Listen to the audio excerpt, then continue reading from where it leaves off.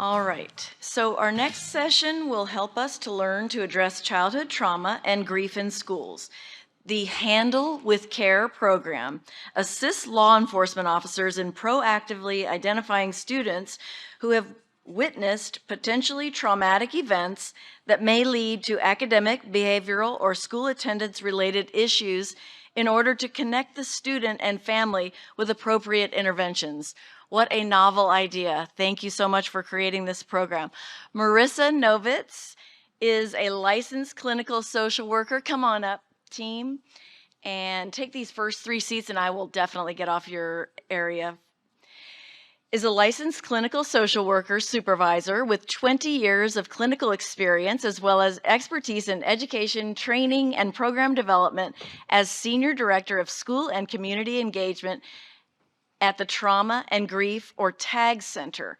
Ms. Nowitz directs the external training program and provides school and community-based trainings in a variety of mental health topics related to supporting youth exposed to trauma and loss.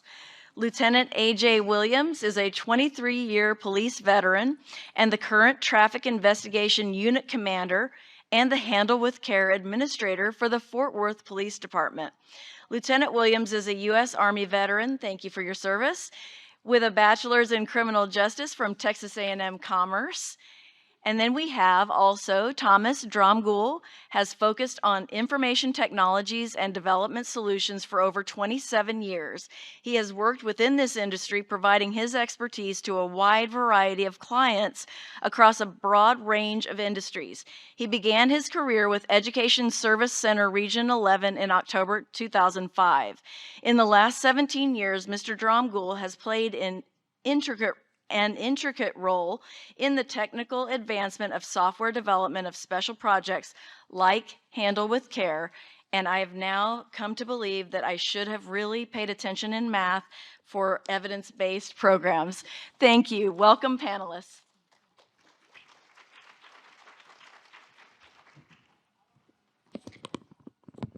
Shorter than this microphone, and I'm shorter than the computer, so I will try and project. Good afternoon, everybody. I'm excited to be here today with Lieutenant and Thomas to talk to you about this really important and I think community changing program that's called Handle with Care. I'm going to tell you a little bit about the background of the program and our involvement, and then I will let these gentlemen do their thing. First, I want to just tell you a little bit about our Trauma and Grief Center. We are housed at the Hackett Center for Mental Health, which is a regional office in Houston of the Meadows Mental Health Policy Institute, which is here in Dallas. And we have 4 main pillars. Our first pillar is that we develop evidence-based interventions for children and adolescents who've been exposed to lots of different types of traumas and loss of a loved one or a person in their life. Excuse me. We do this is my primary role at the Trauma and Grief Center, is training schools, community organizations on a variety of different topics related to supporting youth who have been exposed to trauma or bereavement.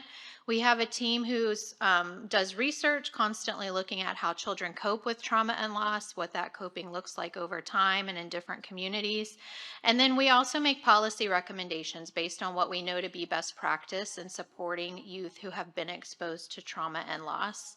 Our executive director, Dr. Julie Kaplow, also oversees our affiliated group practice. This is like our clinical arm where we do provide services to children ages 7 and up. Our services are free. We're fully grant funded.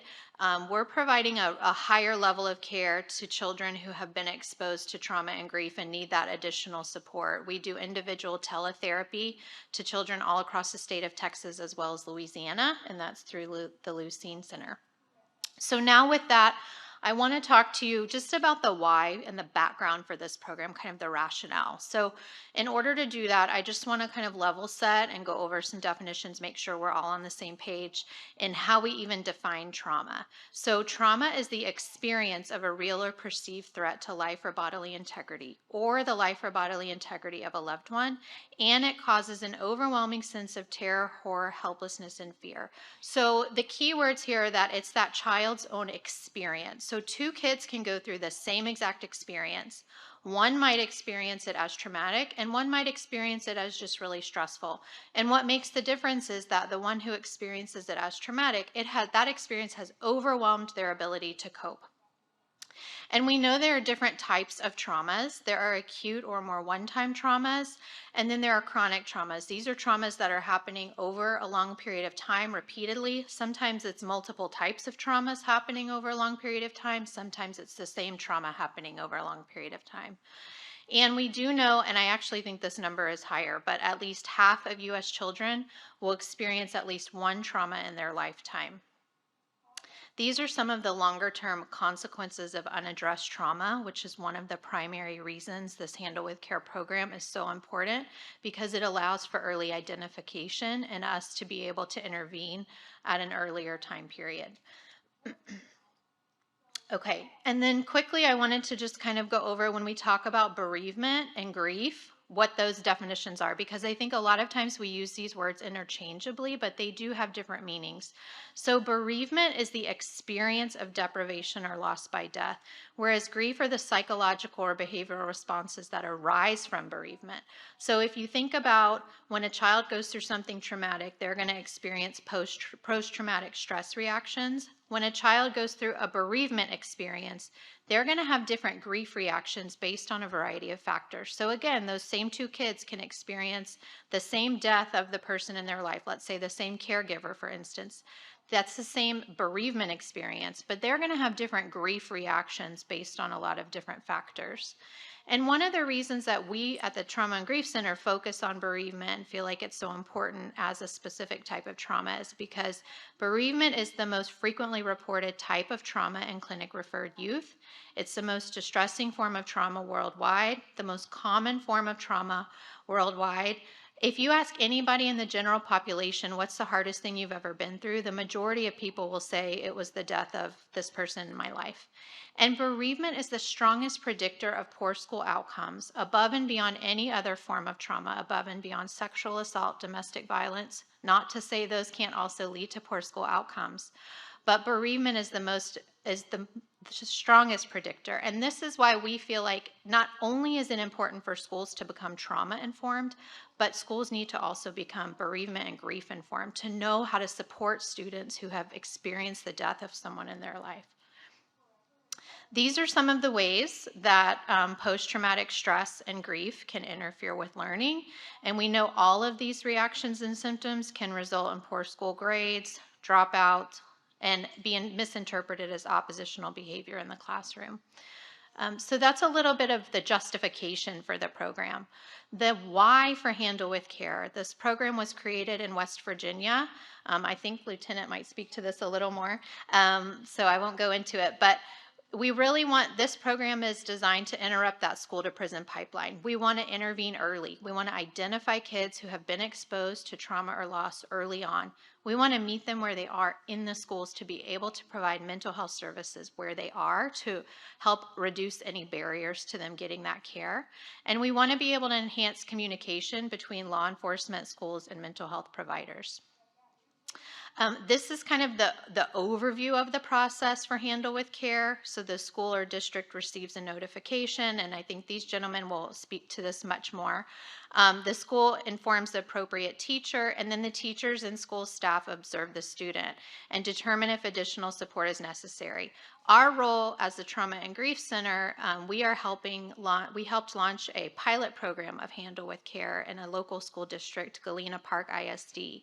And our role has been kind of providing that technical assistance, not to be confused with technology assistance that Thomas does and that I have no knowledge of.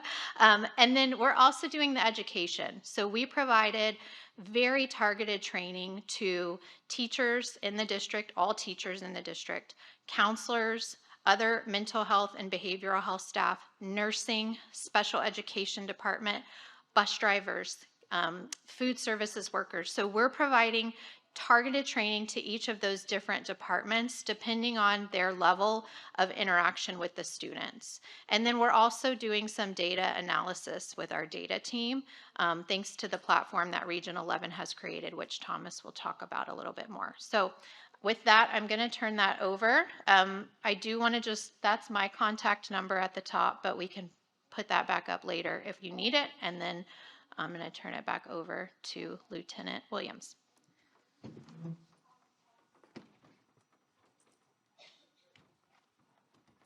Good afternoon, everyone. Good afternoon. Everybody that ate and never got the itis and sleepy. That chocolate cake was good too, wasn't it? All right, so it is a pleasure for me to be here today speaking on behalf of Chief Noakes and the Fort Worth Police Department to talk about our Handle with Care program. Just like Marisa said, it was originated in West Virginia, Center for Children's Justice in 2012 through a pilot program in Charleston, West Virginia at Mary C. Snow Elementary.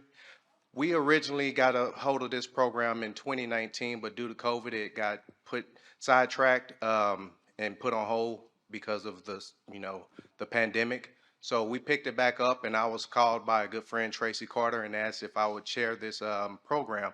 And being that my wife's a school teacher, I talked it over with her, and she said it's a home run program, and it would be something that I could actually relate to. So for me, it hits home personally because as a child, I was exposed to a lot of trauma from domestic violence in my home, chaos. Like I found peace when I went to school because of everything that was going on inside of my household that became normal to me. So I could have benefited a lot from a program like Handle with Care. So it hit near and dear to my heart. So that's one of the reasons why I took it on and ran with it. So what I did to help implement this program is I got a hold of our stakeholders. We met with Fort Worth ISD and told them about the program and what it was about as far as officers giving a heads up notification to the school and whoever the crisis intervention counselor is listed for as a point of contact for that school is the one that would receive that notification. I also met with Thomas Dromgoole at Region 11 and they jumped on board with it. They thought it was a slam dunk program as well. So we moved forward. We developed a notification system to where our officers make notifications electronically when they're out in the field. Like if they identify a child at the scene that's been exposed to trauma, they can go right immediately from that call and go into their car onto their mobile data computer and enter that child's information and send it over, and that information gets sent over to Region 11. Region 11 then identifies the school that the child goes to, and that information, that Handle with Care notification, goes directly to that crisis intervention counselor. Doesn't go to the entire school, it goes straight to that crisis intervention counselor to make sure that this kid's business is kept confidential. Also, a lot of people are concerned with HIPAA and things like that. There's no details about this, what that child was exposed to as far as trauma. It's simple 3 words, Handle with Care. It's basically to give a heads up notifications for the school to show grace to that child if they are exposed to trauma. Because like I said, when I was exposed to it, I didn't know how to cope. So I would go to school, I wouldn't finish my schoolwork, I would come to class, I wasn't focused, I had my head down, and instead of trying to find out the underlying issues with what was going on with me, the teacher sent me to the office for discipline. So imagine a child going through, a trauma like that, traumatic event, and the teacher not taking that time out to find out what's going on with that kid. See if that kid is hungry or if he needs some sleep, what went on in that child's life. Instead, sending them to be disciplined, it makes that kid's light switch turn off. They don't want to come to school. That's when they resort to delinquent behavior, start skipping, and that's how they see law enforcement. So this is a way for us to improve our relationships with the community and give a sense of hope to these children to keep them engaged in school because this is our future. So we got to start doing the extra and taking the extra steps to build these kids up and keep them engaged in school. So I'll go over a few slides. I kind of get long-winded sometimes, so forgive me. How do you do this? Okay, this is our goals. The goal of the Fort Worth Police Department's Handle with Care program is to help children achieve academically at their highest levels while promoting a positive interaction between the youth and our officers despite whatever traumatic circumstances they may have endured. Our mission statement, The Fort Worth Police Handle with Care program promotes law enforcement, school, and community partnerships aimed at ensuring that children receive resources when exposed to trauma in their home, school, or community. By making a simple notification, law enforcement personnel, along with Fort Worth ISD, will assure that these children receive appropriate interventions to help them cope with the traumatic event.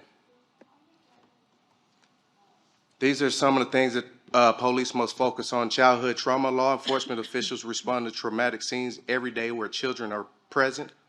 Trauma in children turns off the learning switch and turns on risky behavior. Kids at risk tend to skip school, use drugs, become violent, commit crimes, and end up meeting law enforcement.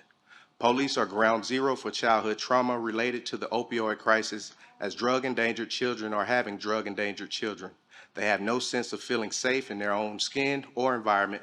They don't know how to have healthy attachments to others. They don't know how to self-regulate or how to act. And that's where I say you end up with a fight or flight. You have kids that'll become disruptive in class just to take their mind off of the fact they didn't do their homework. They're going to disrupt and try to, take the teacher's mind off of discipline him for not doing their homework or anything like that. That's just a way for them to cope. Being a victim of or witnessing violence between one's parents or caretakers increases risk of perpetuating or becoming a victim of violence in the future. And this is where I talk about the normalization of it. Like when I was growing up, it wasn't nothing to get in a fight with a girl at school because that's what I saw at home. So it was normal. So that's what we got to try to break, that cycle of recidivism with these kids. So this is our Handle with Care video that we showed to our officers for training. So just enjoy this. The acting. It's Oscar worthy. If I can get it to play.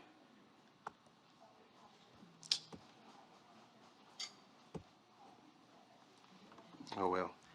I'm the last person. I've got 12 minutes. Time is ticking. Just put it on fast forward. He made me look dumb just As now. police officers, we respond to many different types of calls on a daily basis.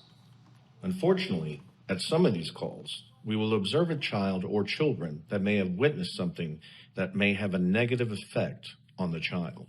If the situation permits, ask the parent at the scene for the child's name, age, and school that he or she attends. On the Police Enterprise portal, you will find a Handle with Care form that you can use. When you click on Forms and Documents, you will see the Handle with Care form.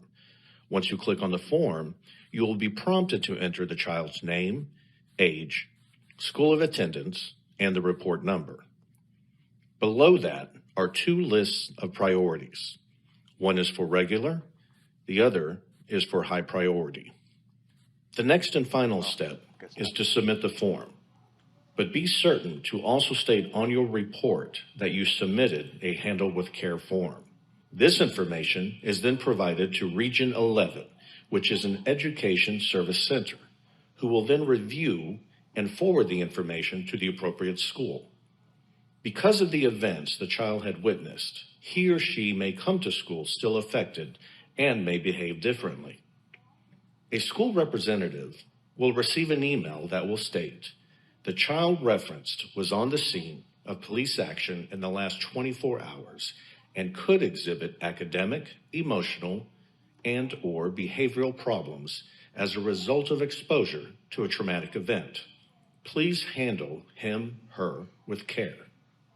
No details of what the child witnessed or what occurred will be provided. The purpose of this program is to simply provide the school with a heads up about a particular child so that if needed, they can reach out to the child and do what they can to help or assist the child.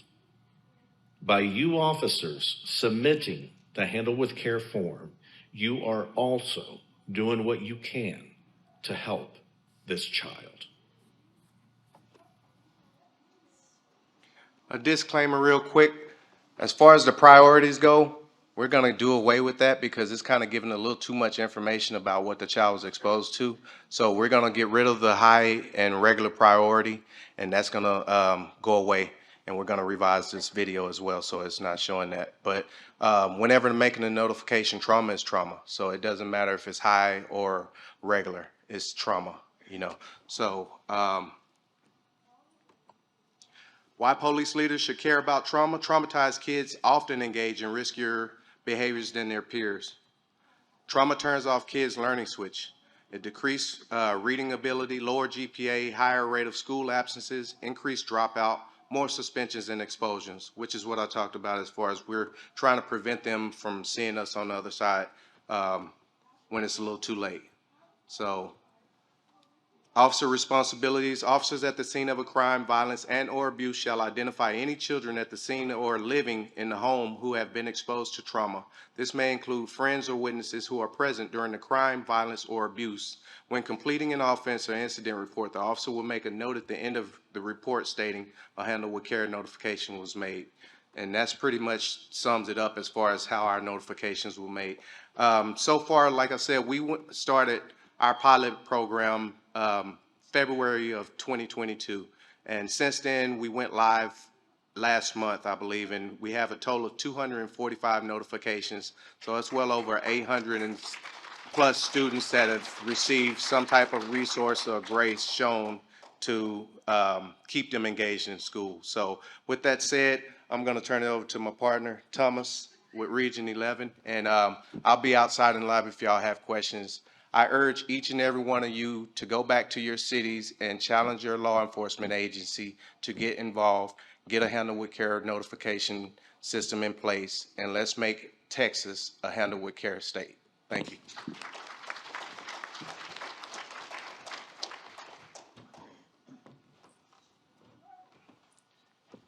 Try not to fall off the stage. My part's actually pretty short because both of them kind of went over most of the program. The program is free. We offer it to districts, PDs, and service centers, other service centers like us for free. We have our first fire department that's about to sign up too in the state of Texas. I don't know if anyone else has signed a fire department up before, so that's pretty interesting.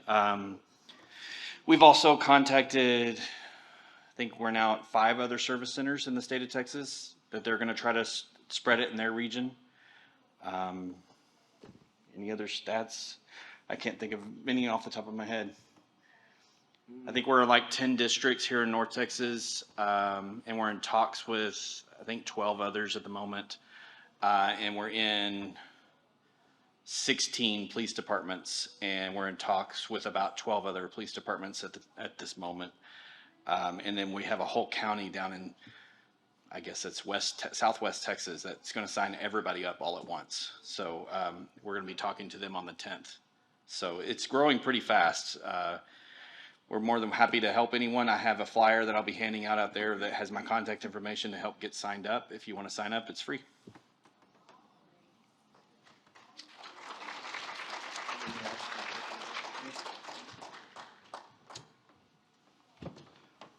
I guess since we have time, we'll open it up for questions if any of you, yes, ma'am. I do have a question.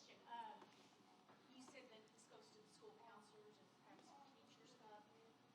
Are the SROs in the school sometimes notified, particularly if they're middle school and high school age, I think that they. Yeah, absolutely. The SROs, they actually are privy to the actual report. They don't have the ability. I'm the administrator for our department, so I get all of the notifications, including the report number. The crisis intervention counselor just gets a notification, doesn't have a report number. So if SRO is made aware that a notification was made, then they can go in and actually see the report and see the details of it. But we try to keep that, confidential. I need to know that information. The SRO, if it's on a need to know basis, I'll say, hey, watch this kid. We had suicide. A kid came home from school and found his brother, hanging. So those type of deals, yeah, we want to monitor, but at the same time, we don't want the SRO to go and sit in the child's classroom. That's not normal, So we just want to monitor the student while they're in class, just see if their behavior is different, if they're putting their heads down, they're sleepy or just grumpy, they're not their normal selves. That teacher knows something happened, so they'll show them grace and say, hey, why don't you go to the nurse's office, lay down, or give them a snack or something. I know my wife keeps snacks in her class, so she gives the kids snacks all the time. and plus me too. But any other questions? Who? Yes, ma'am.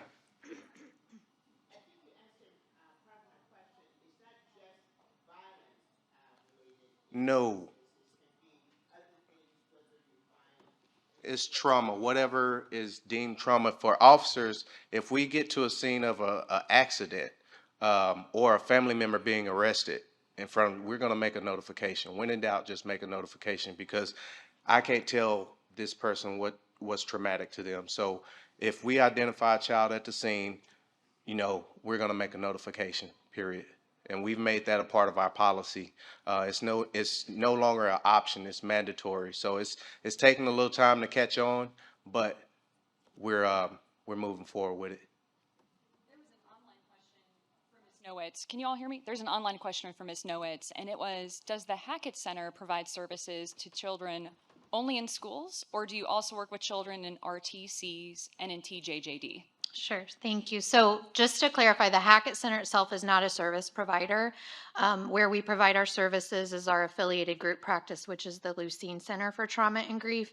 We provide services to kids who are able to access teletherapy. So that can be in school, at home, in treatment centers, wherever they're able to access teletherapy. We don't have specific locations where we offer services. Excuse me.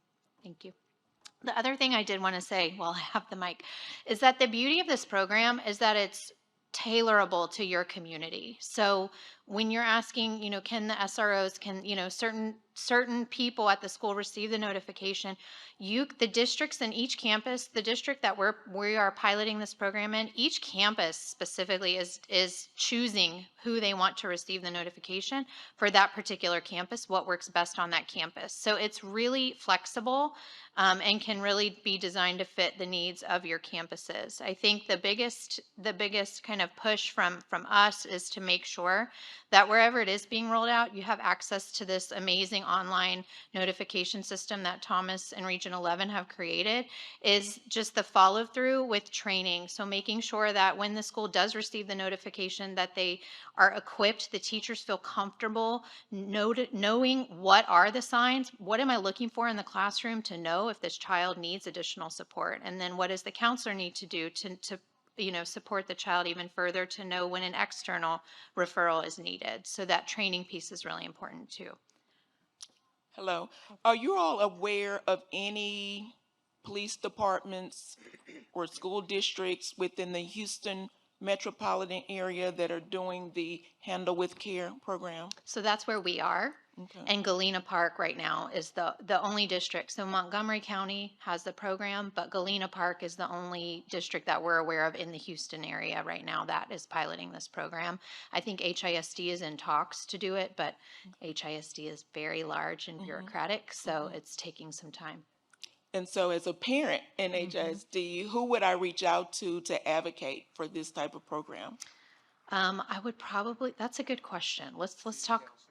I'm sorry? There you go. City council. City council. Your school board. Okay. I think, yeah. Last I heard, they're going to their school board. They're waiting for their school board to commence, or whatever the right word is. They're waiting for them to be able to pass it so that they'll go live with their system. Okay. So that's the last hurdle they have. Okay.